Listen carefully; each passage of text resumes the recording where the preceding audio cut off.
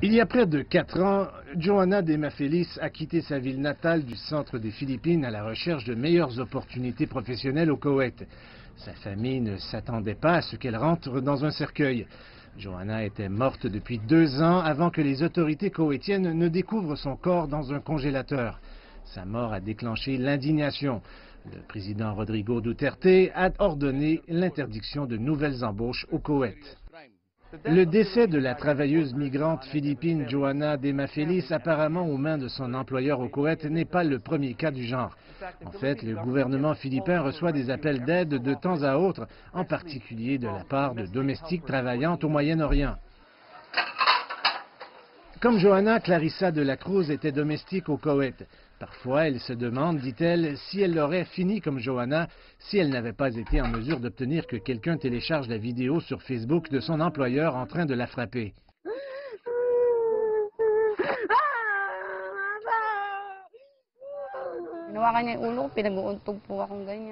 Elle m'a cogné la tête contre le mur, elle a frappé ma jambe et a percé mon épaule avec un bâton. Plus tard, j'ai appris de mon agent que mes employeurs avaient entendu parler de la vidéo.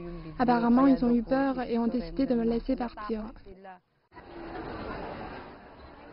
Après des semaines de négociations, le Koweït a accepté d'interdire à ses citoyens de confisquer les passeports de leurs employés philippins et de les échanger à d'autres employeurs.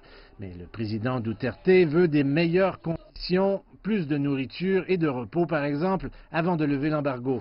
Le gouvernement philippin cherche à conclure un accord similaire avec d'autres pays importateurs de main-d'œuvre au Moyen-Orient, mais tant que le soi-disant système de parrainage kafala restera en place, les experts disent qu'il n'y aura aucune garantie de mettre fin aux abus.